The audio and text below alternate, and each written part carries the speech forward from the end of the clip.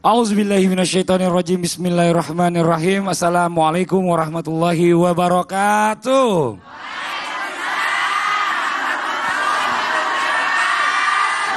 Jamaah.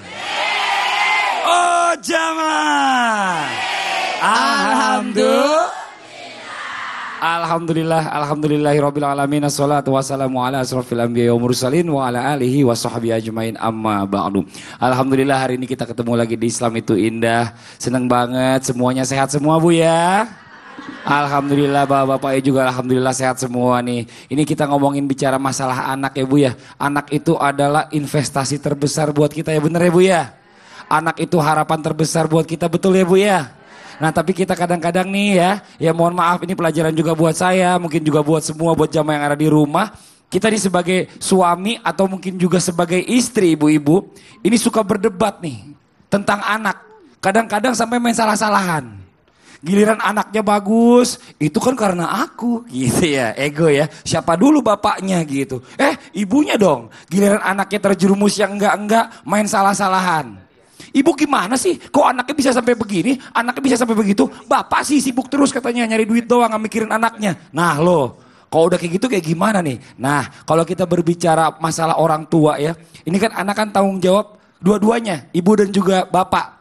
Kalau bicara masalah suami nih, buat saya suami yang baik adalah suami yang perhatian kepada anak-anaknya. Nah nih hari ini kita coba bahas ya. Tema kita hari ini luar biasa banget. Temanya adalah suami baik adalah ayah yang hebat. Apa Bu? Suami baik adalah ayah yang hebat. Biasanya gitu tuh. Di perusahaan hebat. Wah sebagai pemimpin perusahaan. Tapi di rumahnya nggak hebat. Salah. Harusnya bentuk dulu rumahnya ngunjukin. Kalau di rumahnya hebat, di luar pasti lebih hebat lagi. Bener nggak Bu? Nah ini yang pertama nih, kita panggil dulu nih Ustadz Maulana. Tepuk tangan buat Ustadz Maulana. Oh Masya Allah. Pak Ustadz, ini kan pengalaman nih ya, maksudnya pengalaman mungkin semua orang pernah mengalaminya pada saat berbicara masalah ngedidik anak ini, main salah-salahan sama istri. Atau pas giliran anak baik, main bangga-banggaan masing-masing gitu ya. Ini kalau boleh bilang nih ya, bicara masalah tentang anak mah, kenapa sih masih banyak nih ya, terutama para suami nih Pak Ustadz, buat saya dan juga jamaah yang di rumah, atau ayah yang tidak peduli bahkan sampai mengabaikan untuk mendidik anak-anaknya. Ini kenapa begitu? Kan ibu kan madrasah pertamanya gitu ya Ustaz. Silakan manijin Ustaz. Bismillahirrahmanirrahim. Assalamualaikum warahmatullahi wabarakatuh.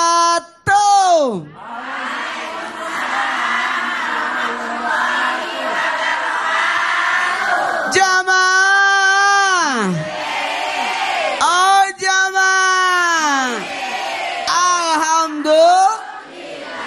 Penyebab sosok seorang suami tidak peduli dengan anaknya, apalagi pendidikan anaknya, sebenarnya mohon maaf kepada siapapun, tanpa menyinggung, tanpa menggurui, bahwa kadangkala orang tua ini timbul sifat egoisnya dan merasa lebih utama. Betul. Sehingga anak harus nurut, ikutin dia apa maunya. Bahkan sifat-sifat ini menggambarkan justru dengan adanya sifat egois ini, bahkan demi kepentingannya, demi karirnya, demi kerjaannya, demi usahanya, demi prestasinya, malah justru anak terabaikan. Kan banyak seperti itu. Mohon maaf, nauzubillah summa nauzubillah. Bahkan ada yang pernah masuk di media bahwa ada sosok orang tua yang pendidikannya tinggi, tapi anaknya kok nggak sekolah. Ada kejadian. Mohon maaf kepada siapapun. Ada orang tua yang kedua ini, yang orang tua yang tidak peduli perasaan anaknya. Sebenarnya kadangkala dia sudah merasa memberikan pendidikan kepada anaknya, tapi tidak sesuai dengan keinginan anaknya.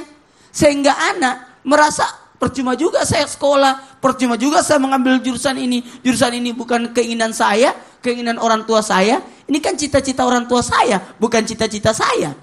Harusnya ditanya anak, dijaga perasaan anak. Sebenarnya walaupun tujuan kita untuk mendidik, memberikan pendidikan kepada anak, tapi ternyata justru apa yang kita berikan tidak sesuai harapannya anak. Mohon maaf, anak itu punya cita-cita sendiri, keinginan sendiri. Betul tidak, Bu? Mau dipaksain nggak? Jangan. Apalagi nih, musim-musim masuk sekolah. Harusnya tanya anak, konsultasi mana, mau sekolah di mana, Nak? Mau ngambil jurusan apa, Nak? Tanyain anak, karena anak yang dalam artian ia menjalani. Nih, mohon maaf, sekalipun kita tujuannya baik tapi caranya salah juga, tidak sesuai harapan, kan tidak enak juga. Yang ketiga, adanya kesibukan dan kepercayaan akan pasangan. Ini yang terjadi. Sibuk. Atau saking percaya sama istrinya, semua diserahkan kepada istri, sampai suami tidak ada kepedulian pendidikan anak. Anak sudah kelas berapa? Nggak tahu, tanya ibunya. Aku nggak tahu kelas berapa anak saya. Itu bahaya loh. Bukan saya lah. Kalau saya aman, selalu antar anak saya sekolah. Jamaah. Oh jamaah. Ini bahaya ketika sosok suami terlalu sibuk dan terlalu mempercayakan pendidikan kepada anaknya, kepada istrinya, sehingga tidak ada kepedulian, ketidakpedulian. Sebenarnya ketingkat kepercayaannya kepada pasangannya menyebabkan tidak ada pedulinya pada anak-anaknya. Ini bapak-bapak kita senasib. Saya juga sibuk. Tapi setidak-tidaknya kita kalau bisa terima raport lah anaknya. Kalau tidak bisa ngantar, iya, aku juga begitu ya. Dan yang keempat, kebencian dan amarah. Masya Allah. Kadangkala Betul. kalau sudah putus, maaf ya, tidak ada hubungan lagi sama istrinya. Betul, udah sehingga pisah nih orang tuanya. Berpisah, dia benci kepada istrinya, ikut serta anaknya Nauzubillah, dibenci. summa nauzubillah. Kalau kamu kan ikut sama ibumu aja yang urus, kan tidak urusan sama kamu. Kan begitu. Betul. Biasa. Tapi gini Pak Ustadz nih, kan sebagai orang tua ya, kita bicara masalah sebagai orang tua, kadang kan orang tua ini kan udah punya pengalaman lebih banyak daripada anak-anak. Iya. Jadi kalau anak-anak ini kan kadang-kadang kan suka ngikutin teman-temannya, benar gak Bu? Ya. Temannya ikut ini, mau semuanya ikut ini gitu. Padahal sebagai orang tua kita udah bilang nih sama anak nih, kamu tuh bagusnya masuk jurusan ini, karena jurusan ini tuh akan lebih luas gitu loh. Tapi aku teman-temanku ini semua. Iya. Nah ini yang harus kasih pengertian. Kemarin aku pengajian keluarga. Saya Pak Dapat kejadian. keluarga juga kejadian. Anaknya Alimah lagi nonton pasti itu. Ya Allah. Ya Allah. Astagfirullahaladzim. Ngapain di situ? Ngapain Iya. urusan keluarga kita ya? Iya, tepuk tangan lu dong buat Ustadz Maulana dong. Masya Allah, terima kasih banyak Ustadz. Ini emang bener-bener gampang-gampang susah nih sebagai ayah. Tapi kita tetap harus peduli terus, tetap harus kita kontrol terus nih anak supaya jangan sampai salah arah gitu ya Bu ya. Ini Masya Allah nih tugasnya luar biasa nih. Nah Alhamdulillah nih buat jamaah yang ada di rumah dan juga jamaah yang ada di studio. Hari ini kita ditemani ada banyak guru-guru saya di sini. Alhamdulillah sahabat saya juga. Ada Ustadz Syam, tepuk tangan buat Ustadz Syam. Ada Ustadz Abi Maki, sehat Abi Maki, sehat. Baik. Masya Allah. Anaknya sudah gede-gede. Wih luar Karena memang biasa. gede anaknya. Iya. Dan juga ada Ustadz Kasyif Hir di sini, tepuk tangan juga buat semua narasumber kita. Dan alhamdulillah hari ini kita kedatangan ada bintang tamu sosok ayah dan anaknya. Wah. Penasaran. Bu kalau ini ibu udah sering lihat nih Bu, lagu-lagunya banyak yang dia ciptain. Ganteng lagi Bu. Tapi udah punya istri, udah punya anak. Tenang ya Bu ya. Jangan sampai diliatin terus. Langsung aja kita panggil. Ini dia ada Enda dan juga Zara Leola. Tepuk tangan dulu dong buat Enda. Waalaikumsalam cantik. Assalamualaikum. Gimana bro, sehat? Masya Allah keren banget ya kan. Ini luar biasa nih sosok ayah dan putri. Ini emang agak susah nih kalau misalnya bicara laki-laki dan perempuan ya. Coba gue tanya anak lu dulu nih ya. Kalau Zara nih sayang cantik. Kalau Zara ini bangga sama papa ini karena apa? Atau karena ayah ini karena apa? Karena ayah ngetop atau karena sifatnya ayah? Apa ya kira-kira? Dia bingung jawabnya. Jangan dikasih pilihan. Kan- karena apa? Kadang-kadang kan ayah kan famous because he works betul. hard Yes. Aduh, bahasa as Inggris an lagi aku artist. mundur. Jadi So you proud with your daddy because he's famous. Oh Dan berarti karena he ayahnya works ngetop hard. juga. Hah? dan dia kerja keras. Keren. Tepuk tangan dulu dong Bu. Wah. Bangga ya punya ayah yang udah ngetop tapi masih bisa ngurusin anak-anaknya. Coba nih kalau misalnya Enda ini kan kalau bicara masalah anak perempuan ini agak sedikit sulit ya. Karena ada banyak-banyak hal yang nggak bisa kita ajak diskusi terlalu jauh gitu loh. Kalau Zara ini dia biasa curhat sama lu gimana Dida? Dia takut gak curhat sama lu? Jadi awalnya gue pengalaman sama istriku. Jadi sebelum aku nikah sama istriku, aku udah deket banget sama calon mertuaku. Wih. Jadi dia yang banyak yang ngasih ajaran bahwa aku sebenarnya nggak ada celah antara aku sama istriku. Jadi aku berpikir nanti kalau insya Allah aku dikaruniai anak perempuan akan begini. Dan itu yang aku lakukan sama dia. Oh, gitu. Jadi apapun. Kayak kalau kita berdua di mobil selalu ngomongin, dia suka bertanya, dia mulai panjang pertanyaan kayak bertanya, ayah gimana sih hidup, gimana bekerja, ya, aku ajarin aja, jadi nggak ada gap di antara kita. Wih luar biasa ya, nggak ada dinding pemisah antara kita gitu ya. Jadi antara anak sama ayah ini komunikasinya harus dijaga terus ya. Apalagi walaupun dia anak perempuan Zara ini, tapi tetap sebagai ayah kita mencoba terus untuk lebih dekat lagi. Karena emang banyak kan bilangnya gitu ya, kalau anak perempuan itu lebih dekat sama bapaknya, anak laki-laki lebih dekat sama ibunya. Kalau Zara sendiri lebih dekat sama bapak, apa sama mama? Dua-duanya. Wih, nggak mau ada yang cemburu. Tepuk tangan lu dong ya, Masya Allah luar biasa. Terima kasih Cahing cantik udah mampir ke sini. Endak, thank you banget udah mampir ke sini. Nanti kita ngobrol-ngobrol lagi, sekarang boleh duduk dulu. Zara boleh duduk dulu. Tepuk tangan sekali lagi dong buat mereka berdua. Ya Allah, seneng banget ya kalau ngelihat ada ayah sama anaknya tuh kompak bener. Apalagi anaknya ini mengidolakan ayahnya sampai kayaknya bakalan jadi generasi penerusnya nih. Amin, amin ya rabbal alamin. Sekarang kita lanjutkan lagi nih, masih di tema kita hari ini. Bicara masalah ayah yang baik ini. Sekarang kita lanjutkan dengan tausiah dari Ustadz Kasyif here. Tepuk tangan dulu buat Ustadz Kasyif. Waduh. Ini Ustadz Kasyif ini juga Ahmud, ayah muda. Ahmud ayah imut. enak aja mau baik-baikin diri sendiri aja katanya. Gini Ustadz, seberapa penting sih peran ayah atau suami dalam membantu istri membesarkan anak-anaknya nih menurut versi Ustadz di dalam mata Islam? Silakan mohon izin waktunya. Bismillahirrahmanirrahim. Assalamualaikum warahmatullahi wabarakatuh.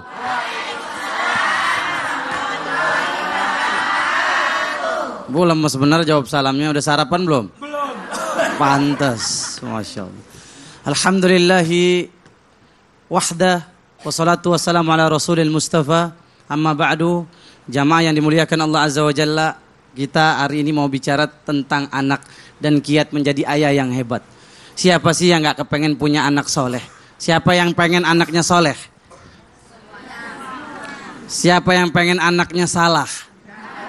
Ya. Karena apa? Demi Allah nanti ketika kita meninggal dunia, hanya 3 yang kita harapkan mengalirkan pahala ke alam barzah kita, ke alam kubur kita. Yang mana ketika kita sudah meninggal dunia, kita gak akan bisa mengumpulkan pahala seperti pahala sholat contohnya. Ada gak orang yang meninggal bisa sholat? Kemudian gimana kita bisa dapat pahala sholat? Caranya gampang dan mudah.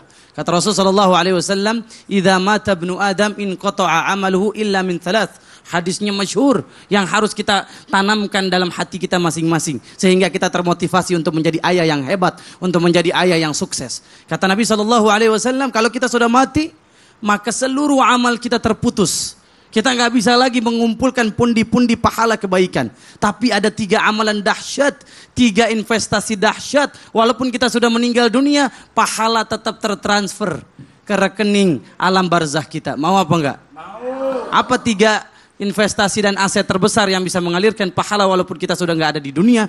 Kata Rasulullah SAW yang pertama apa? Shadaqatun jariyah. Bangun masjid, bikin sumur air. Selama masjid itu dipakai untuk sujud, maka selama itu juga kita dapat pahala. Sumur air, orang lagi kesusahan air. Selama orang ngambil air di sumur yang kita bangun, walaupun kita meninggal, pahala pasti mengalir ke kubur kita. Kemudian yang kedua apa? Ilmun yuntafa'u bihi. Ilmu yang bermanfaat. Ya, sekarang kita kehadiran Ustadz Abi Makki.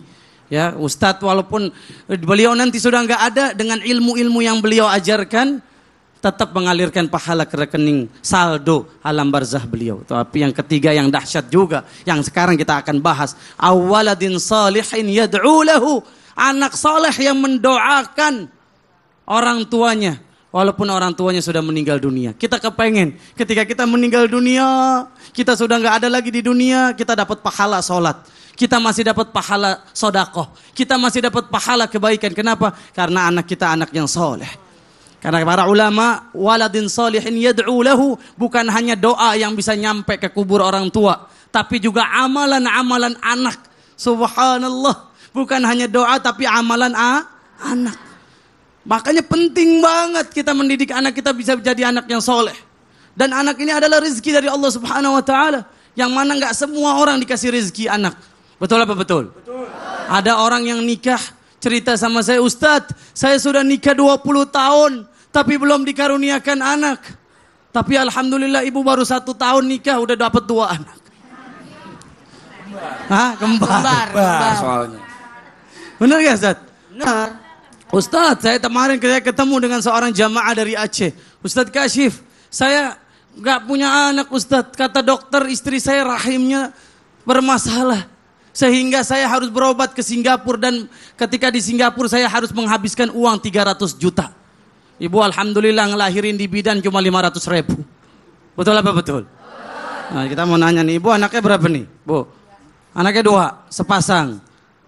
Alhamdulillah berarti anak ibu 1 miliar. Tadi tuh teman saya mau punya anak 1 aja dia harus mengeluarkan 500 juta. Itulah rezeki yang Allah berikan. Kenapa? Karena anak adalah investasi dunia akhirat sama kita. Karena dia akan mengalirkan pahala yang begitu dahsyat walaupun kita sudah nggak ada di dunia. Masya Allah. Ini jangan sampai penting salah, banget. Jangan sampai salah investasi nih. Kalau zaman sekarang banyak orang investasinya bikin kontrakan yang banyak nih, ya kan? Nanti ini kalau misalnya bapak udah nggak ada, dibagi-bagi nih kontrakan katanya Ya, gitu. Walau Bukan rumah itu kita, sebenarnya. ya nggak Bang Fatih, rumah kita walaupun sertifikat hak milik, maka Betul. demi Allah kita akan ninggalin rumah kita Pasti, di dunia Masya dan Allah. akan ke rumah kita di yang 2 kali 1 doang. Allah. Bisa jadi surga nih 2 kali 1 kalau kita bisa mendidik anak kita jadi anak soleh. Amin ya Allah. Tepuk tangan dong buat Ustadz Kasifir. Masya Allah nih tuh. Penting banget kita nih bicara masalah anak nih. Jangan dianggap remeh karena masa depan kita nanti tergantung dari anak kita juga. Mau nggak Bu didoain Bu anaknya terus-terusan walaupun kita nggak ada? Mau nggak Bu? Mau kan? Nih kita lanjut lagi nih ya. Ada Ustadz Abi Maki. Tepuk tangan buat Ustadz Abi Maki. Mohon izin Pak Ustadz. Masya Allah. Ini saya ngefans sama beliau nih. Cie, luar biasa nih. Ustadz Abi Maki ini anaknya banyak laki-laki justru ya. Laki-laki semua. Ih, Masya Allah. Nih kalau bicara masalah anak laki-laki nih banyak komplainan ibu-ibu katanya anak laki-laki ini paling susah diatur katanya. Iya. Nah terus gimana nih kalau misalnya kita nih sebagai orang tua mendidik anak laki-laki dalam pandangan Islam supaya tidak terjebak dalam pergaulan negatif nih. Nauzubillah zaman sekarang ini banyak macam cara orang untuk menjebak anak-anak kita nih. Mohon izin silakan waktunya. Bismillah. Bismillahirrahmanirrahim. Assalamualaikum warahmatullahi wabarakatuh. Alhamdulillahirabbil alamin. Allahumma shalli ala sayidina Muhammad wa ala ali sayidina Muhammad. Alhamdulillahirabbil alamin. Nikmat yang besar, rizki yang sangat indah ternyata kita memiliki keturunan. Ya, karena betapa resahnya seorang nabi pun ketika belum mendapatkan keturunan. Bagaimana Nabi Zakaria memohon kepada Allah Subhanahu wa taala dalam permohonannya yang sangat lembut sekali dengan kata-kata inni wahanal azmu minni washta'ala ra'su syaiba walam akum bidu'aika rabbi syaqiyya. Subhanallah, sampai dia minta kepada Allah Subhanahu wa taala hanya satu saja, waj'alhu rabbi radiyya, hanya menginginkan seorang anak yang diridhoi oleh Allah. Masya Allah, anak yang soleh. Tadi Ustadz Maulana, Ustadz Kasif Khair sudah menyampaikan bagaimana indahnya dalam keluarga memiliki anak yang soleh atau yang solehah. Allahu Akbar. Sekarang kita lihat ketika mendapatkan anak, ya Rab, perhatikan baik-baik. Sayyidina Ali pernah menyampaikan kata-kata indah. Dalam cara pendidikan anak terbagi menjadi 7 pertama, 7 tengah, 7 akhir.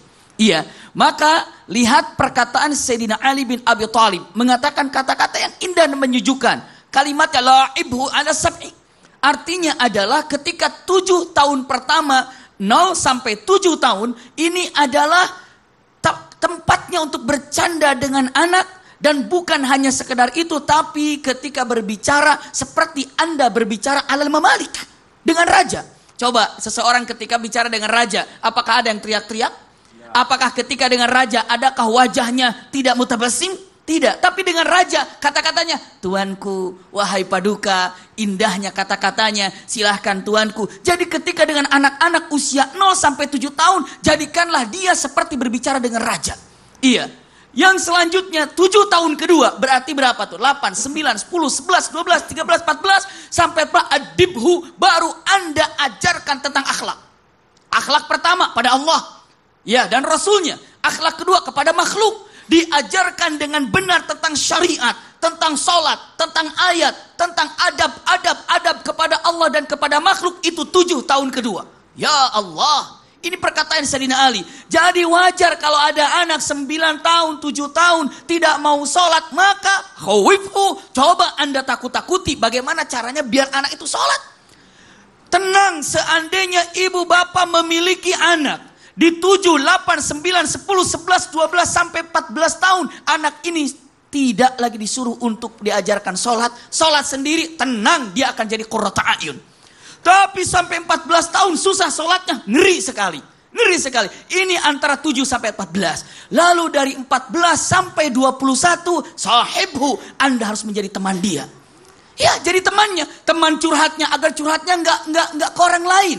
Curhatnya kepada ayahnya, curhatnya kepada ibunya. Kapan? 7 tahun selanjutnya di 2 sampai 21. Ini dia, 7 pertama, 7 kedua, 7 ketiga. Lalu selanjutnya 21 ke atas, Anda sudah bisa menerima saran-saran dari anak tersebut. Berarti tadi kalau dikatakan Ustadz Maulana menyampaikan, tolong anak sekarang ini ajak musyawarah, mau kemana sudah jadi sahabat. Di usia antara 14 sampai 21 itu jadi sahabat, jadi teman. Masya Allah, jadi kalau sudah 21, ibu bapak sudah bisa mencari, melihat daripada ide-ide yang dia miliki. Kenapa? Ini perkataan Sayyidina Ali. Lalu untuk saat ini pergaulan yang harus diperhatikan. Ayahanda bunda, punten-punten untuk diperhatikan. Kalau seandainya anak sekolah, tolong sampaikan guru bahasa Indonesia kamu siapa, guru biologi kamu siapa, guru fisika kamu siapa, guru ngaji Quran kamu siapa. Banyak sekarang di antara orang tua yang tidak tahu gurunya anak itu siapa saja.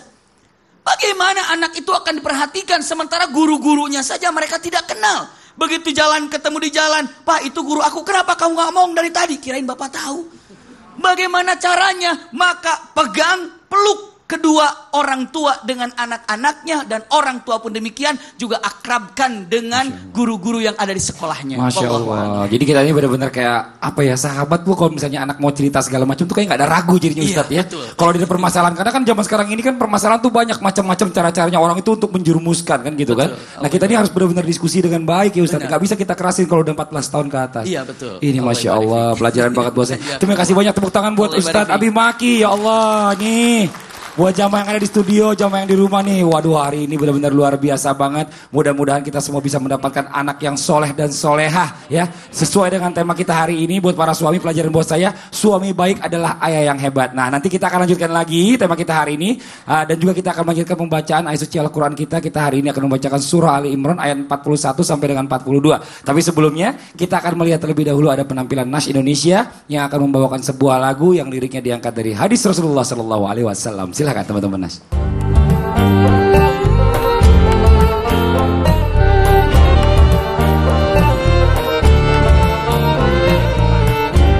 Nabi bersabda sebagusnya nama-nama kita sebagai ayah yang harus memberikan nama yang mulia.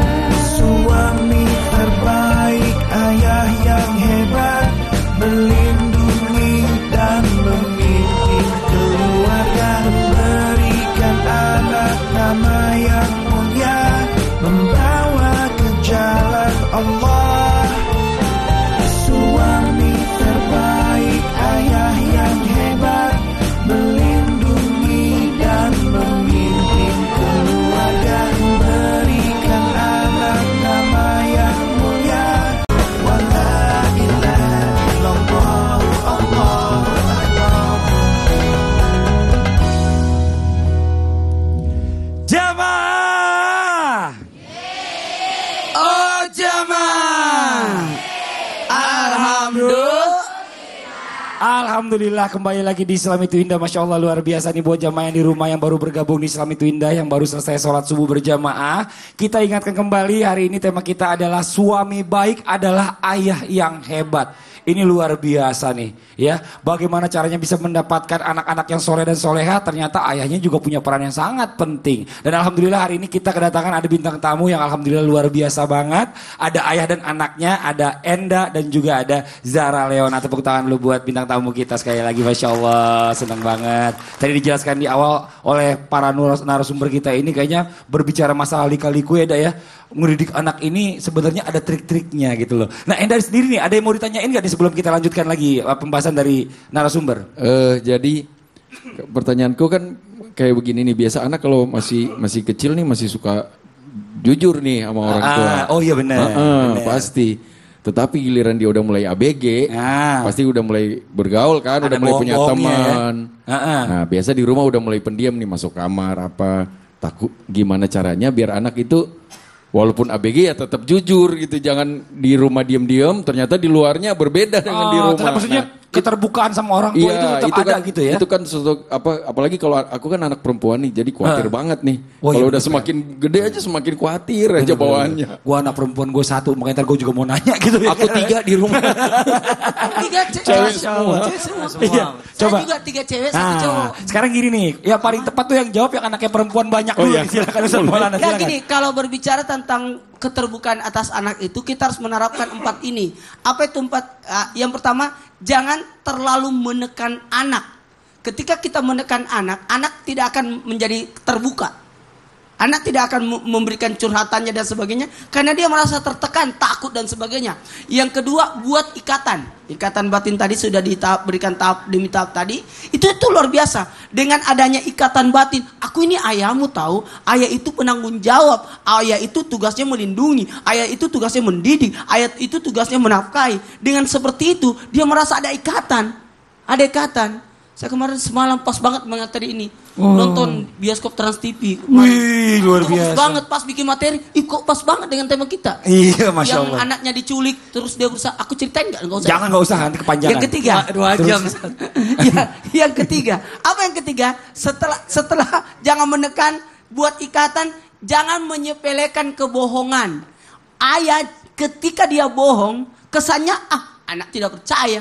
Ayah suka bohong, suka janjiin. Jangan coba-coba. Dan yang keempat, kalaupun ayah harus memberi hukumannya harus efektif, harus masuk akal, dan sebagainya. Ini Masya Allah. Ustadz Kasyif silakan ditambahkan. Waduh, Ini anaknya perempuan juga nih. Kalau Bang Enda punya 3 putri. Ha-ha. Saya alhamdulillah Allah titipin 2 putri. Alhamdulillah. Memang luar biasa ya, kita mendidik wanita itu beda sama laki-laki. Wanita itu senang dengan kelembutan, apalagi anak perempuan ya. Anak perempuan itu senang dikasih kelembutan, kasih sayang, cinta. Yang beda sama anak laki-laki. Mungkin kalau anak laki-laki agak sedikit keras nggak apa-apa ya Ustadz. Tapi anak perempuan ini benar-benar harus kita sayang, kita cinta banget. Tadi bagus dari Ustadz Abi Maki, saya pikir itu yang harus dijadikan resep agar bisa mendidik anak, khususnya anak perempuan kita. Yaitu kenali teman-temannya dia, kenali guru-gurunya dia. Bisa jadi dia nggak curhat sama kita, tapi dia curhat sama gurunya, dia curhat sama temannya. Bagaimana kita bisa tahu masalah anak kita kalau kita nggak kenal sama teman-teman anak kita dan guru-guru anak kita? Iya, Masya Allah. Nih begitu kurang lebih Enda ya. Ini makanya biar lebih lengkap lagi saya juga mau nanya sama Ustadz Abi Maki. Mohon izin sekaligus tausiah aja Ustadz. Tepuk tangan dong buat Ustadz Abi Maki. Boleh maju Ustadz Abi Maki nih. Saya sekalian mau curhat ceritanya nih. Ustadz mohon izin maju ke depan aja. Jadi gini nih Pak Ustadz nih. Saya juga punya anak perempuan. Karena anak perempuan ini kan agak suka nggak ngerti kita maunya gimana. Apalagi ini dia udah mulai akhil balik nih. Alhamdulillah dia udah mulai menstruasi lah intinya gitu ya. Nah ini kan biasanya kalau anak-anak cerita ini kan anak perempuan ceritanya sama mamahnya gitu loh, nggak cerita sama papanya gitu. Ini bagaimana cara orang tua khususnya ayah nih bisa mendidik anak perempuan dalam pandangan Islam Ustadz? Mohon izin waktunya silakan. Ya bismillah. Iya. Alhamdulillah, subhanallah, maha suci Allah yang telah mengumpulkan kita di tempat yang sangat-sangat berkah dan sangat indah ini.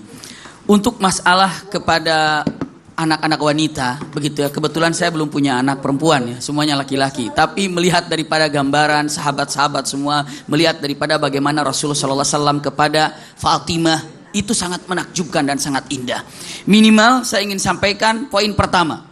Simpan baik-baik punten-punten ini untuk dipegang dalam hati kita. Dan kadang-kadang ini menjadi PR orang tua. Ketika kita berbicara, ngobrol, tiba-tiba anak itu suka ikut berbicara. Tolong perhatikan dia, jangan sampai mengatakan kata-kata, diam nanti mama lagi ngobrol dulu. Jangan.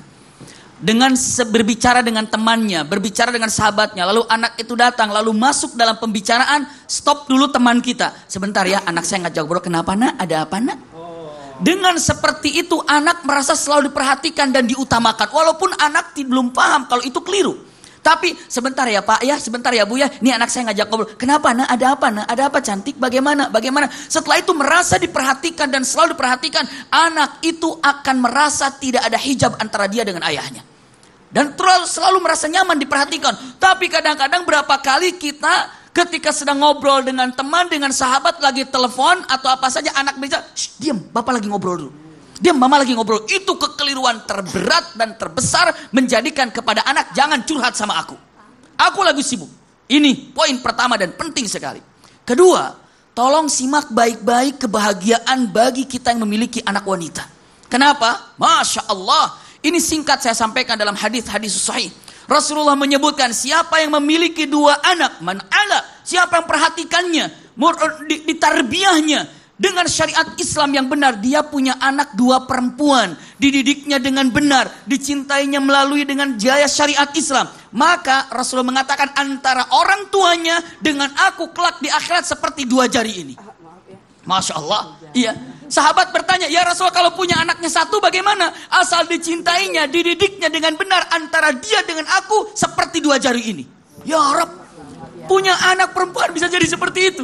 Luar biasa. Iya. Sampai ada perkataan lagi dalam hadis Rasulullah SAW. Siapa yang memiliki 3 anak, dicintai, disayanginya, lalu dibesarkannya, maka dia mau masuk surga pintu dari mana saja. Masya Allah. Ya Rasulullah kalau 2 anak bagaimana? Cintai, sayangi, terserah mau masuk pintu dari mana saja, surganya. Kalau 1, cintai dan sayangi, maka masuk surga dari mana saja. Kenapa? Karena saya juga dapat berarti. Saya cuma 1. Paling sedih nih saya dapat. Saya 3. Insya Allah nanti saya dapat mantu nanti. Tenang aja, nanti punya cucu perempuan insya Allah. Kenapa? Karena predikat cucu sama anak sama saja.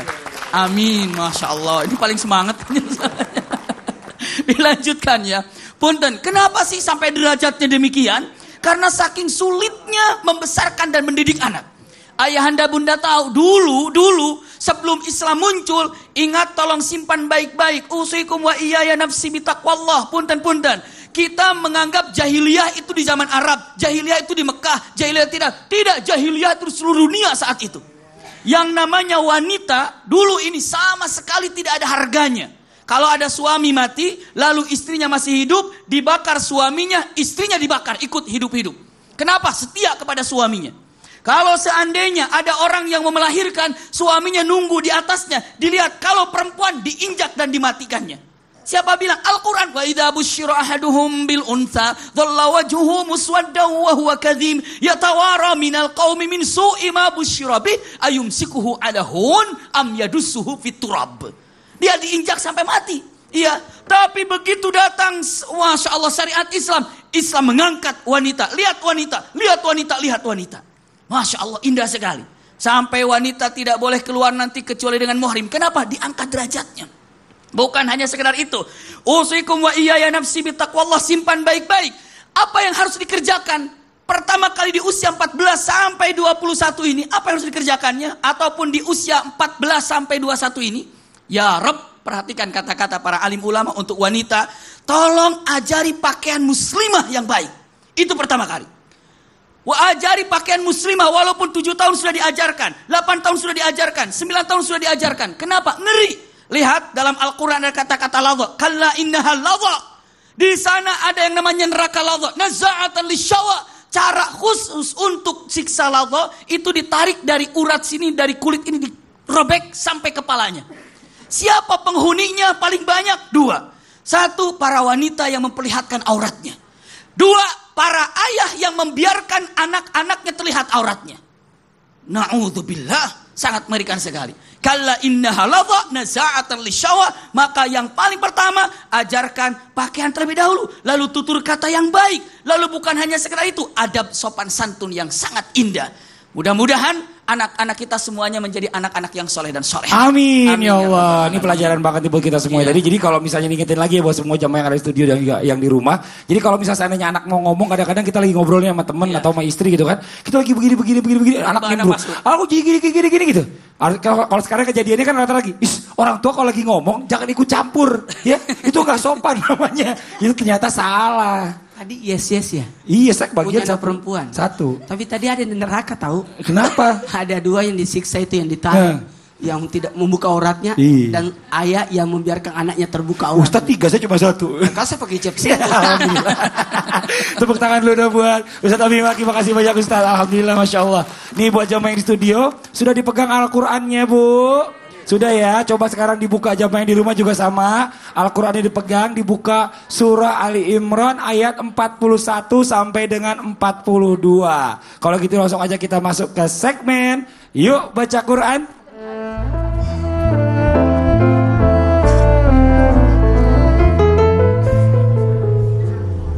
Untuk itu langsung aja Ustadz Syam kita minta untuk memimpin pembacaan ayat suci Al-Quran. Silakan Ustadz Syam. Terima kasih Mas Fadli, jamaah yang dimuliakan Allah Subhanahu wa taala. Alhamdulillah kita kembali membuka Al-Qur'an kita. Sudah ketemu Bu surah Ali Imran? Sudah ketemu surah Ali Imran ayat 41. Surah Ali Imran ayat 41, awal ayatnya qala rabbi ja'alli ayah. Kalau udah ketemu qala rabbi ja'alli berarti itu sudah Bu, ayat 41. Sudah ya Bu ya? Kita mulai ya Bu ya. أعوذ بالله من الشيطان الرجيم أعوذ بالله من الشيطان الرجيم بسم الله الرحمن الرحيم بسم الله الرحمن الرحيم قال رب اجعل لي آية قال رب اجعل لي آية قال آيتك ألا تكلم الناس 3 أيام إلا رمزا قال آيتك ألا تكلم الناس 3 أيام إلا رمزا واذكر ربك كثيرا وسبح بالعشي والإبكار واذكر ربك كثيرا وسبح بالعشي والإبكار وإذ قالت الملائكة يا مريم إن الله اصطفاك وإذ قالت الملائكة يا مريم إن الله اصطفاك إن الله اصطفاك وطهرك واصطفاك على نساء إن الله اصطفاك وطهرك واصطفاك على نساء واصطفاك على نساء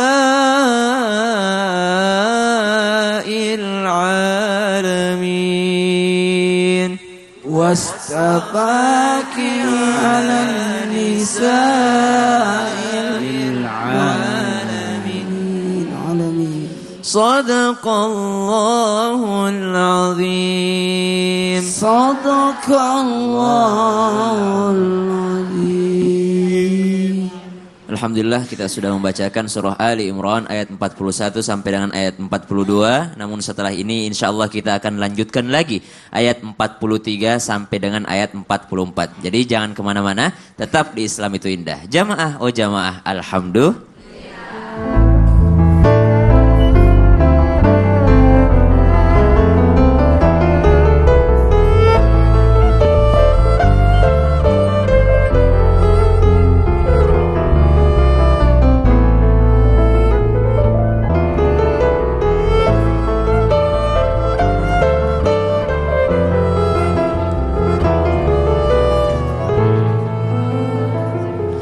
Alhamdulillah jamaah yang dimuliakan Allah Subhanahu wa taala, kita lanjutkan lagi bacaan Al-Qur'an kita surah Ali Imran ayat 43 sampai dengan ayat 44. Untuk jamaah yang baru bergabung mungkin silahkan dibuka Al-Qur'annya surah Ali Imran ayat 43. Ya Maryamu, ya Maryamu.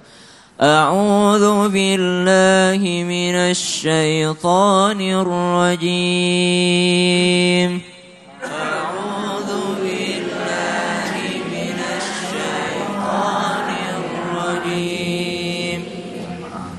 يا مريم اقنتي لربك واسجدي واركعي مع الراكعين يا مريم اقنتي لربك واسجدي واركعي مع الراكعين ذلك من أنباء الغيب نوحيه إليك ذلك من أنباء الغيب نوحيه إليك وما كنت لديهم إذ يلقون أقلامهم وما كنت لديهم إذ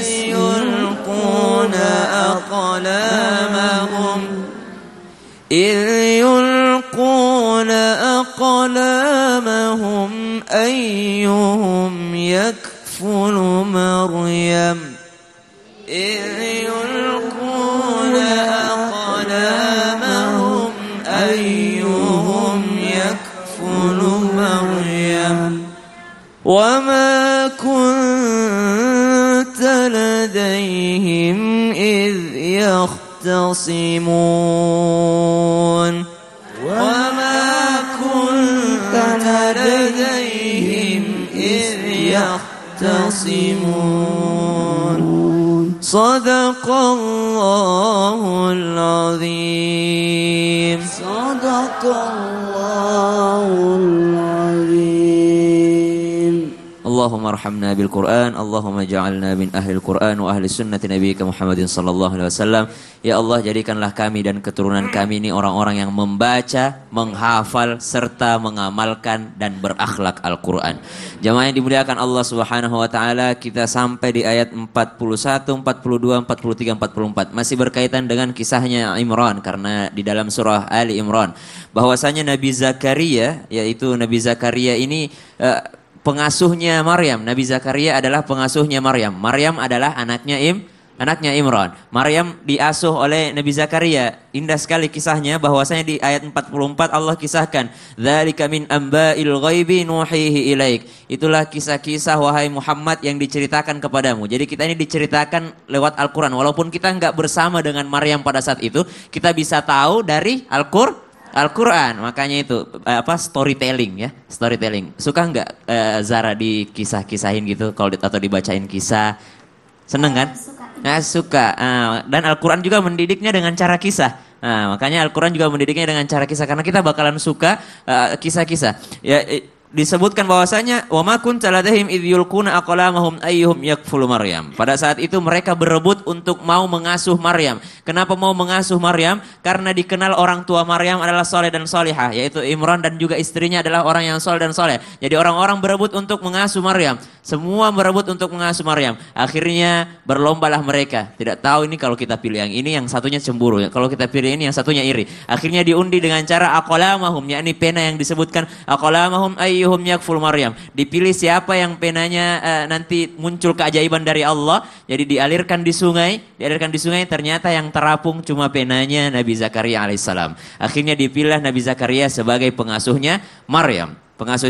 Dan dari Maryam inilah lahir Nabi Isa alaihissalam. Ada yang menarik di ayat-ayat sebelumnya, bahwasanya Nabi Zakaria alaihissalam meminta kepada Allah, fanadat hunalika da'a Zakaria rabba qala rabbi habli min ladunka dzurriyyatan thayyibah. Umur 80 tahun kalau tidak salah dalam sebuah riwayat, baru Nabi Zakaria diberikan keturunan. Umur 80 tahun baru istrinya hamil, Bu. Umur 80 tahun Nabi Zakaria, istrinya baru mengandung. Padahal Nabi Zakaria sebutkan, bagaimana mungkin istriku bisa mengandung, sedangkan aku ini adalah orang yang mandul, kata Nabi Zakaria. Tapi karena izin Allah, kalau kita minta sama Allah tidak ada yang mustahil. Tapi lihat doanya Nabi Zakaria, sayyidah wa hasura wa nabiyyan minas salihin. Allah jadikan keturunannya keturunan yang soleh. Ini ada yang aneh, kadang-kadang ada orang tua yang berdoa begini, ya Allah kasih saya keturunan, biarlah cacat, yang penting saya punya anak. Na'udzubillah.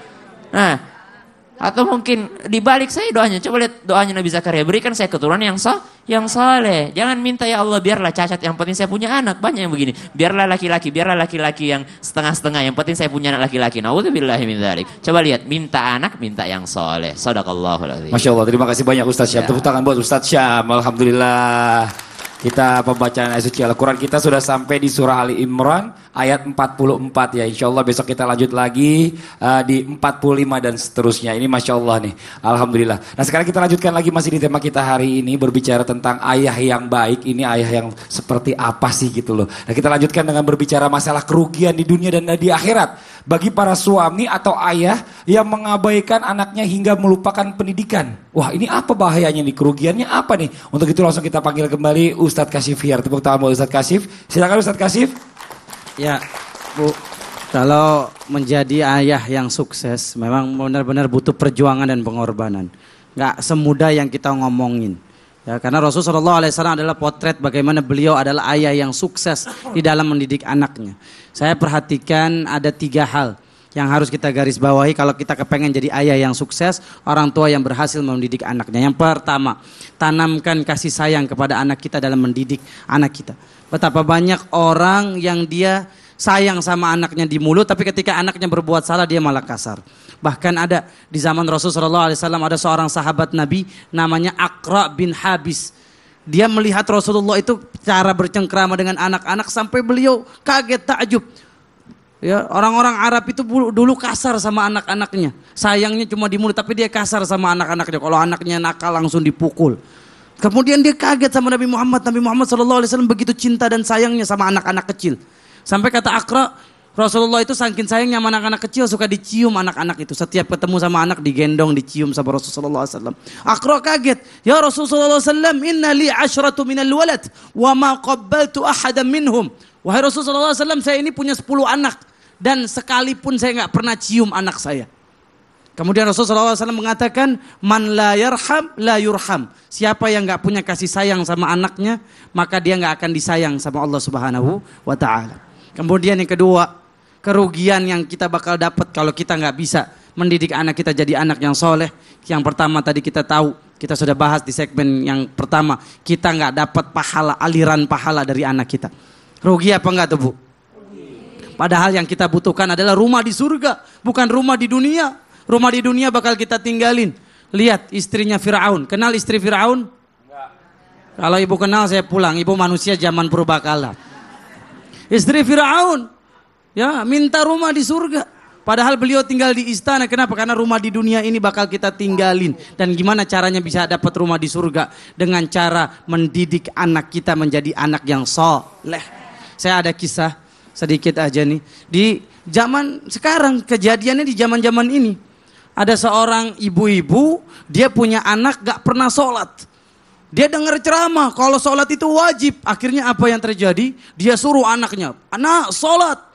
Anaknya tetap gak mau sholat. Akhirnya dia datengin anaknya, dia tampar anaknya. Pak aja. Anaknya langsung marah sama ibunya dan pergi. Gak tahu pergi kemana. Akhirnya orang tua ini pergi ke rumah ustazah. Dia lihat ke rumah ustazah ada seorang anak, anaknya ustazah belum azan, dia sudah nyiapin sajadah. Dia sudah hamparkan sajadah. Dia kaget. Dia bilang saya punya anak susah banget disuruh sholat. Ini ustazah anaknya gak disuruh sholat, tapi langsung ngambil sajadah. Akhirnya ditanya ustazah apa resepnya. Nah, pemirsa mau tahu resepnya? Mau tahu Bu? Mau tahu aja, mau tahu banget? Ternyata ustazah ini mengamalkan surat Ibrahim ayat 40. Rabbi ja'alni muqimas salah wa min dzurriyyati Rabbana wa taqabbal du'a. Ya Allah, jadikan saya orang yang mendirikan salat dan keturunan saya mendirikan salat. Jadi kerugian yang kita dapat Kalau kita nggak bisa mendidik anak soleh, adalah kita nggak dapat aliran pahala dari Allah Subhanahu Wa Taala. Nauzubillah. Makasih banyak Ustadz, tepuk tangan buat Ustadz Kasif ya. Jadi di dunia dan di akhirat rugi. Di dunianya anaknya jadi anak pembangkang, di akhirat anaknya nggak ngedoain kita nanti. Aduh, nauzubillah summa nauzubillah. Nah sekarang kita coba mau kasih kesempatan dulu nih. Kalau tadi ayahnya udah nanya, sekarang anaknya yang nanya. Zara, ada yang mau ditanya nggak sama Ustadz nih? Ada. Silakan Zara saya. Kalau aku udah gede, gimana caranya kalau aku bakal ingat jasa-jasanya orang tua? Oh gitu. Ustadz Abi Maki, mohon maaf, silakan. Bismillahirrahmanirrahim. Sekarang juga insya Allah sebentar lagi besar. Ya, jadi bagaimana caranya agar mengingat jasa-jasa orang tua? Luar biasa. Pertanyaan yang sangat indah sekali. Bagaimana caranya agar selalu mengingat jasa-jasa orang tua? Pastikan intinya bagaimana ingin menjadi birrul walidain. Gitu ya, untuk menjadi anak yang soleh dan soleh. Tadi digambarkan bahwa orang yang selalu mendoakan orang tuanya. Saya sampaikan melalui Imam Ahmad Ibn Hanbal, tolong setiap habis sholat, ya, bukan habis sholat, ketika at-tahiyat sebelum salam agar dijadikan anak soleh selalu mengingat jasa orang tua. Doa setiap sebelum salam, doanya Allahumma gfirli wali walidayya warhamhuma kama rabbayani shaghira. Imam Ahmad Ibn Hanbal mengatakan apabila Anda selalu melakukan itu sebelum salam, maka Anda termasuk orang yang selalu mengingat jasa orang tua. Jadi mulai sekarang sebelum salam baca doa itu untuk mengirim doa kepada orang tua. Ada ataupun tidak ada, Allahu a'lam. Masya Allah. Ustadz Maulana mohon izin. Zara sini saya. Tuh coba dipanggil tuh Zara. Praktek aja. Tuh coba dipanggil tuh Zara. Praktek aja. Pegang tangan. Panggil apa sih? Ayah. Sini. Iya. Apa keinginan Zara buat ayah? Mau kasih apa? Ayah. Mau kasih apa? Ayah akan jadi tua. Suatu saat nanti ayah akan sakit. Punya teman yang sudah tidak punya ayah. Kenal ada orang anak yang tidak punya ayah. Pernah ke panti asuhan, anak-anak yang tidak punya ayah. Coba ungkapkan perasaan Zara kepada ayah. Ya, coba ungkapkan saya. Ikut Pak Ustadz. Ayah, aku akan memberikan kebahagiaan. Aku akan berikan kebahagiaan. Aku ingin ayah bahagia. Aku ingin ayah bahagia. Terima kasih ayah. Terima kasih ayah. Coba ungkapkan terima kasihnya. Terima kasih ayah. Tepuk tangan dulu dong buat Zara, pinter banget, Masya Allah. Ya Allah, senang banget ya Bu ya kalau sampai kita bisa punya anak yang soleh dan solehah, yang selalu mendoakan kita baik kita masih ada maupun kita udah nggak ada. Nah sekarang nih kita kembali lagi ke tema kita hari ini. Kita sama-sama masih belajar bagaimana kita bisa menjadi orang tua yang luar biasa nih buat anak-anak kita nih. Kalau gitu langsung aja mohon izin waktunya Ustadz Maulana bisa maju ke depan Pak Ustadz. Aduh, Masya Allah ya kalau anak ya. Aduh, luar biasa Saya nih. kalau anak saya tidur, saya masuk di kamarnya lihat semua, aku nangis. Iya, nih Pak Ustadz, tapi gini, kadang istri nih kan, istri ini kan suka mau ngingetin suami ini, kadang suka takut suaminya sensitif malah jadi ngomel. Nah sekarang ada nggak nih caranya ya buat istri nih mengingatkan suami agar bisa mengajak suaminya ini tidak lupa akan pendidikan anak, baik itu agama atau pendidikan formal bagi anak-anaknya Pak Ustadz. Mohon izin waktunya silakan. Jamaah, oh jamaah.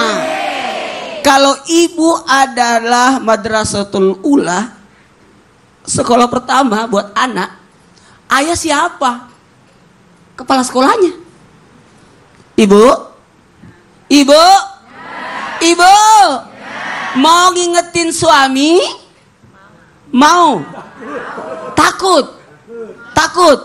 Cara mengingatkan suami akan pendidikan anak ada 5 cara. Yang pertama, caranya ingatkan tugas dan kewajiban sosok ayah terhadap anak-anaknya. Betul tidak? Karena kadang-kadang lupa. Sosok ayah itu sibuk. Sosok ayah itu apalah alasannya tadi. Saya sudah ungkapkan di segmen pertama. Makanya ingatkan. Kemudian mohon maaf sebagai sosok istri yang mau mengingatkan suami, ikuti kesabaran akan tahap demi tahap. Didiklah anakmu sesuai dengan zamannya. Kata Sayyidina Ali. Mohon maaf kepada siapapun, jangan coba-coba kita memaksakan dulu ibu itu begini, dulu ayah itu jalan kaki pergi sekolah. Karena dulu tidak ada mobil kan. Atau mungkin masih di kampung. Sekarang anak disuruh jalan. Sekolahnya ke sana. Lewati jalan tol. Suruh jalan dia. Gak mungkin kan. Kemudian apa lagi? Berikan keteladanan. Mohon maaf. Istri yang baik. Yang mau mengingatkan suaminya. Berikan keteladanan. Perhatian. Papa. Gimana ya caranya? Jadi kayak gimana ya? Kayak konsultasi secara tak sengaja. Kalau dalam pesantren ada pelajaran balaga. Ada pelajaran balaga. Balaga itu ibaratnya sesuatu yang halus, santun, memerintahkan tapi tidak menyuruh. Ibu, ayo ya. Bisa. Coba. Ibu kalau ngingatin suami cara ngomongnya gimana? Papa, jangan lupa ya, nafkahi anak, nyuruh anak, biar sekolah yang pandai, biar bisa sholat dan ngaji. Tahu-tahu suaminya tidur dibilangin. Jadi boleh, rayuan ibu itu luar biasa. Dan mohon maaf, kita butuh 4 pembentuk anak. Yang membentuk anak, senantiasa saya ingatkan, yang membentuk anak adalah ayah penanggung jawab, ibu pemberi kasih sayang, kemudian lingkungan yang mewarnai, yang mengisinya adalah buku, sekolah, materi-materi itu, media-media itu. Carikan sekolah terbaik. Saya salut sekali sama Fadli. Saya rapat keluarga kemarin masalah sekolah anak-anak, ponakan dan sebagainya. Saya langsung berkata, ingat kata Fadli. Carikan sekolah yang bagus. Jadi nanti kalau reuni temannya bagus-bagus semua.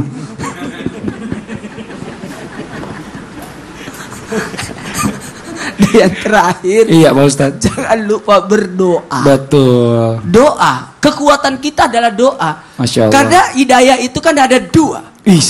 Hidayah berilmu dan hidayah beramal. Betul. Bagaimana dia bisa beramal? Bagaimana dia bisa berilmu? Betul. Doa terus bu. Doa. Yang di rumah doa. Ya, Tadi makanya. sudah diajarkan oleh Ustaz Kasif.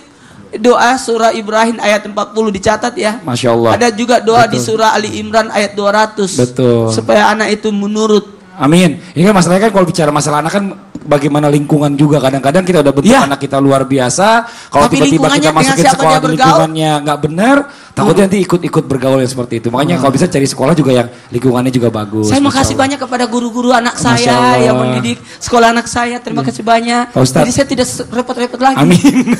Masya Allah, terima kasih banyak Pak Ustadz. Tepuk tangan dong Pak Ustadz Maulana nih. Masya Allah luar biasa ya.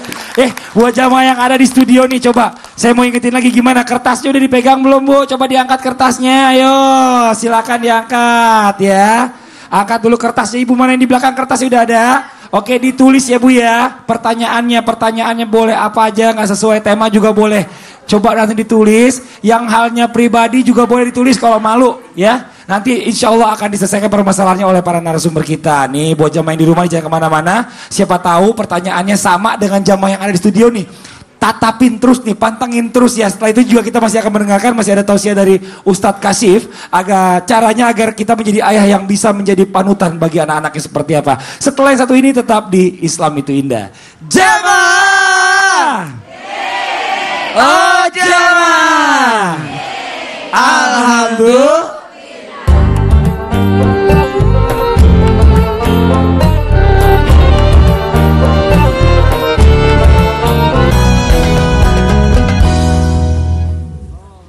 Kembali lagi di Islam itu Indah, Masya Allah. Ini masih di tema kita bicara masalah hari ini, bicara masalah ayah yang hebat. Ini luar biasa, ini sudah banyak banget pertanyaan yang masuk di tangan saya nih.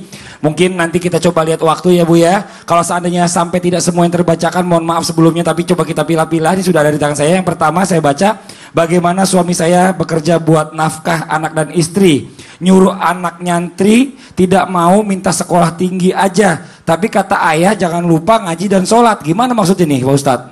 Iya, mungkin dia siapa anaknya mau ke pesantren apa gimana? Mesti mau minta sekolah tinggi aja. Kata ayah nggak ada duitnya mungkin kali ya, tapi ayahnya lupa jangan lupa ngaji dan sholat aja yang penting gitu katanya mungkin. Iya, Bismillahirrahmanirrahim. Ini satu hal yang sangat luar biasa. Memang ini adalah amanah yang luar biasa. Anak mau sekolah dimanapun silahkan. Tapi kalau dia sanggup untuk mendisiplin sholat dan ngaji Quran, itu adalah pegangan yang kokoh dan kuat, insya Allah. Jadi ini karena dengan sholat, 5 waktu dia disiplin untuk melakukan maksiat apapun tertutup lagi. Karena dengan sholat. Jadi baik nasihat daripada ayahnya, nah mau apapun Anda sekolahnya, tapi sholat sama ngaji jangan ditinggalkan. Ini ada ruh untuk kesuksesan. Kadang-kadang kan juga orang tua nggak mampu ya, seandainya orang tua nggak mampu, yang penting sholat dan ngaji jangan sampai ketinggalan. Oke, selanjutnya ada satu keluarga nih, ibunya buta huruf dan bapaknya selalu kerja di luar daerah. Dan kalau ada di rumah sering marah-marah Ustadz, tapi anaknya sungguh solehah. Apa masih bersambung, maaf di belakangnya. Oh ya. Apa yang seperti ini disebut ayah yang baik dan hebat? Kalau datang suka marah-marah maksudnya gitu loh. Memang itu ayah tetap adalah ayah, iya. Dan seorang anak tetap bersyukur kepada Allah karena memiliki seorang ayah. Dan insya Allah dengan doa kepada Allah Subhanahu Wa Taala, semoga ayahnya mungkin karena kecapean di luar seperti apa, maka kewajiban daripada ibu dan anaknya untuk bisa menenangkan ayahnya. Apa yang kira-kira membuat senang ketika ayah itu datang ke rumah, seperti itu. Iya. Jadi agar sirna kesulitan apa yang didapatkan ketika di luar, datang ke rumah sudah jadi enak seperti ikan masuk dalam air. Iya, Masya Allah. Ini tetangganya yang kepo yang mana sih orangnya nih? Ya kan, lagian tetangganya ngomongin orang aja.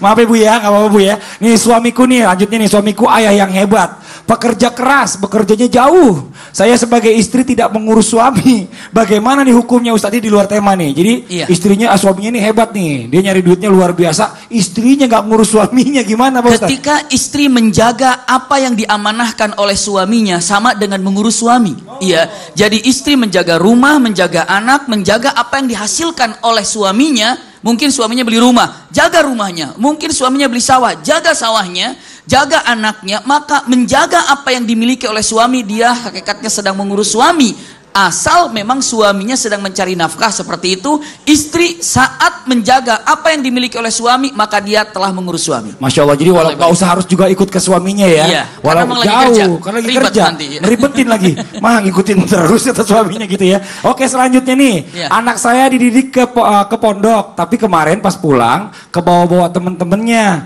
habis liburan. Gimana nih solusinya biar jangan terbawa temen-temennya Ustadz? Maksudnya di pondok udah bener, balik ke rumah, liburan jadi nggak bener lagi anaknya gitu kan, ditakutin. Ini dia, makanya bukan apa-apa, usikum wa iya ya nafsi bitaqwallah, punten dan punten sekali lagi, kalau sudah anak di pondok mau keluar pindah, usahakan kalau mau pindah ke pondok lagi. Iya. Kalau pondok lagi bagaimanapun caranya. Tapi kalau seandainya sudah keluar, ditakutkan dengan pergaulan yang merasa saat itu di pondok terkekang, maka keluar seperti kuda lepas daripada kandangnya gitu ya.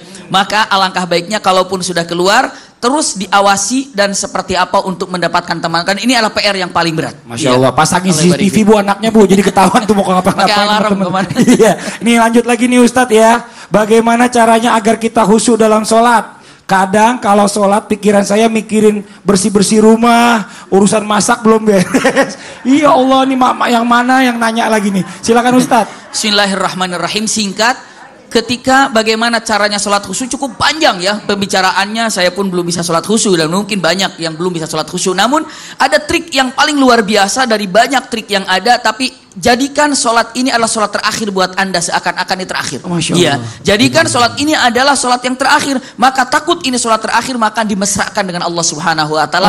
Jadi difikirkan, kalau Syekh Aid Al-Qarni mengatakan, hari ini Anda hidup, sore ini Anda akan wafat. Itulah kira-kira. Nah tuh Bu, apa yang harus dilakukan? Ya jelas ya buat ibu yang nanya terakhir tuh, gimana caranya sholatnya khusyuk Bu? Anggap itu sholat terakhir, habis itu ibu meninggal. Ya jadi, wah khusyuk banget. Ya Masya Allah, mudah-mudahan ini jadi pelajaran buat kita semuanya. Terima kasih banyak Ustadz. Tepuk Tepuk tangan dong buat Ustadz Abi Maki, Masya Allah, luar biasa ini benar-benar. Mohon maaf buat yang pertanyaannya belum bisa dibacakan. Insya Allah nanti ada kesempatan kita bisa ketemu lagi insya Allah. Nah sekarang kita lanjutkan nih. Masih di Islam itu Indah, kita lanjutkan berbicara tentang bagaimana menjadi ayah yang selalu siap sedia bagi anak-anak dan menjadi ayah yang mampu menjadi panutan bagi anak-anaknya. Seperti sosok Rasulullah. Mau nggak Bu kira-kira Bu? Mau nggak? Mau aja mau banget. Kalau gitu kita panggil Ustadz yang juga Ustadz banget katanya. Ustadz Kasyif, biar tepuk tangan sama Ustadz Kasyif. Mohon izin Ustadz Kasyif, silakan dijelaskan. Ya Nabi salam alaika, ya Rasul salam alaika, ya Habib salam alaika, salawatullah alaika. Demi Allah pemirsa yang dimuliakan Allah Azza wa Jalla, manusia yang paling sukses di dalam mendidik anaknya adalah Rasulullah sallallahu alaihi wasallam. Sehingga apa? Ambillah Rasulullah menjadi teladan kita untuk bisa mendidik anak kita menjadi anak yang soleh. Laqad kana lakum fi Rasulillah uswatun hasanah. Sungguh telah ada pada diri Rasulullah ada seorang ayah yang berhasil mendidik anak-anaknya. Rasulullah berhasil mendidik Fatimah menjadi wanita yang terukir abadi. Namanya di dalam tinta emas Islam menjadi wanita salihah. Bahkan disebut Fatimah adalah nisaul alamin, wanita terbaik yang ada di muka bumi ini. Subhanallah. Kenapa? Karena di balik kesuksesan Fatimah ada kesuksesan mendidik Rasulullah sallallahu alaihi wasallam. Yang pertama, Rasulullah sallallahu alaihi wasallam kalau mendidik anaknya, Rasulullah enggak pernah dengan bahasa perintah. Yang Rasulullah lakukan adalah sebelum beliau menyuruh seseorang, beliau mulai dengan dirinya sendiri. Betapa banyak orang yang sibuk mendidik anaknya tapi dia lupa mengamalkan nasihat dirinya sendiri. Mau nyuruh anaknya sholat, tapi dia sendiri nggak sholat. Bagaimana anak kita akan jadi anak yang sholat? Makanya Allah Subhanahu Wa Taala mengajarkan kita doa, Rabbi ja'alni muqimas shalah. Ya Allah, jadikan saya orang yang mendirikan sholat. Saya dulu, baru anaknya. Jadi anak butuh sosok keteladanan dari orang tuanya. Maka demi Allah 90% seorang anak adalah melihat, bukan mendengar. Betapa banyak orang tua yang sibuk ceramahin, tapi dia melihat ayahnya, ibunya tidak sesuai dengan apa yang dikatakan, apa yang diceramahin. Yang luar biasa dari kesuksesan Rasulullah mendidik anaknya, Rasulullah begitu sayang sama anak-anaknya. Pernah satu saat Rasul sallallahu alaihi wasallam diberikan hadiah seorang budak yang bernama Zaid bin Harithah. Ibu kenal Zaid bin Harithah? Enggak? Bang Enda kenal? Kenal. Zaid bin Harithah, Masya Allah ibu, anak 8 tahun umurnya sudah dijual di pasar Ukaz, kemudian dibeli oleh saudaranya Khadijah. Kemudian Khadijah melihat Zaid ini anaknya akhlaknya baik, akhirnya Zaid bin Harithah diambil oleh Khadijah binti Khuwailid dan diberikan kepada Rasulullah SAW. Setelah Zaid sudah menjadi seorang remaja, ayah ibunya mencari, ayah dan pamannya datang ke Rasulullah, wahai Rasulullah, ini Zaid adalah anak saya. Kemudian ketika Zaid melihat ayah dan pamannya, Zaid disuruh milih sama Rasulullah. Zaid, engkau mau milih siapa? Engkau mau milih ayahmu atau engkau mau milih aku? Siapa yang dipilih Zaid? Rasulullah sallallahu alaihi wasallam. Kenapa? Begitu sayangnya Rasulullah sama anaknya. Masya Allah. Jadi seharusnya sosok ayah yang baik itu adalah ayah yang kuat. Kuat bekerja, kuat sholat, kuat ibadah. Sehingga anak memiliki satu figur. Kemudian yang kedua, usahakan sosok ayah itu membekali anak-anaknya. Bekali anak, mata buna min ba'di. Kemudian akhirnya mudah-mudahan kita bisa menjadi apa? Mohon maaf, keteladanan yang sebagaimana tadi disampaikan. Alhamdulillah ya Allah, alhamdulillahirabbil alamin. Banyak sekali pelajaran kita dapatkan hari ini dari pertemuan kita. Mudah-mudahan apa yang disampaikan tadi bisa menjadi ilmu yang bermanfaat untuk kita semuanya. Amin amin ya rabbal alamin. Ini Masya Allah luar biasa. Terima kasih banyak buat Enda. Boleh sama-sama maju. Zara sayang cantik, jangan ngobrol terus sama ibu itu, tadi bawa pulang loh. Kesini sayang cantiknya. Makasih banyak udah kesini. Nah ini alhamdulillah ya. Mudah-mudahan besok kita ketemu lagi buat jamaah yang di rumah. Tapi sebelum kita akhiri perjumpaan kita hari ini, kita lihat penampilan yang luar biasa dulu dong. Kekompakan atau kolaborasi antara ayah dengan anak yang akan membawakan sebuah lagu dengan nafasmu. Tepuk tangan buat Enda dan juga Zara. Silakan. Ucap kata taubat sebelum kau memanggilku kembali padamu. Menutup cukup.